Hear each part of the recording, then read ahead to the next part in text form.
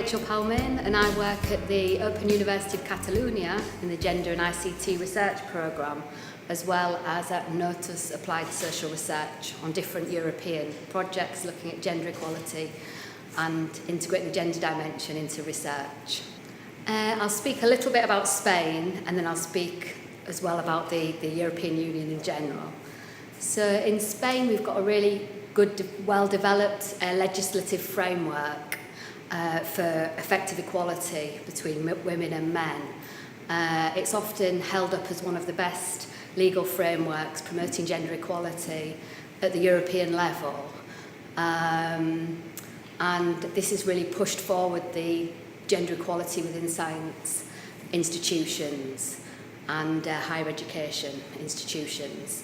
And then within the European Union, we have lots of different European Commission funded projects which have not only tried to implement different gender equality plans, for example, in universities and research funding organisations, but have also tried to document this process and produce research looking at the different factors that have facilitated gender mainstreaming within science and technological institutions, as well as the different barriers that have impeded this process. So the different factors of resistance that have meant that gender mainstreaming might not have been effectively implemented within these different institutions. Specifically in terms of Spain, while we have a very good legislative framework, implementation has been quite patchy. So while each university has to produce a gender equality plan, often the monitoring and evaluation of this plan might be lacking. So this has been one of the main challenges in Spain. And at the European level, I think as well, different researchers have documented different forms of resistance. So when people have tried to affect institutional transformation in research organisations and research funding organisations, often different forms of resistance, both explicit resistance and implicit resistance, have meant that these processes might not have effectively changed the institutional culture.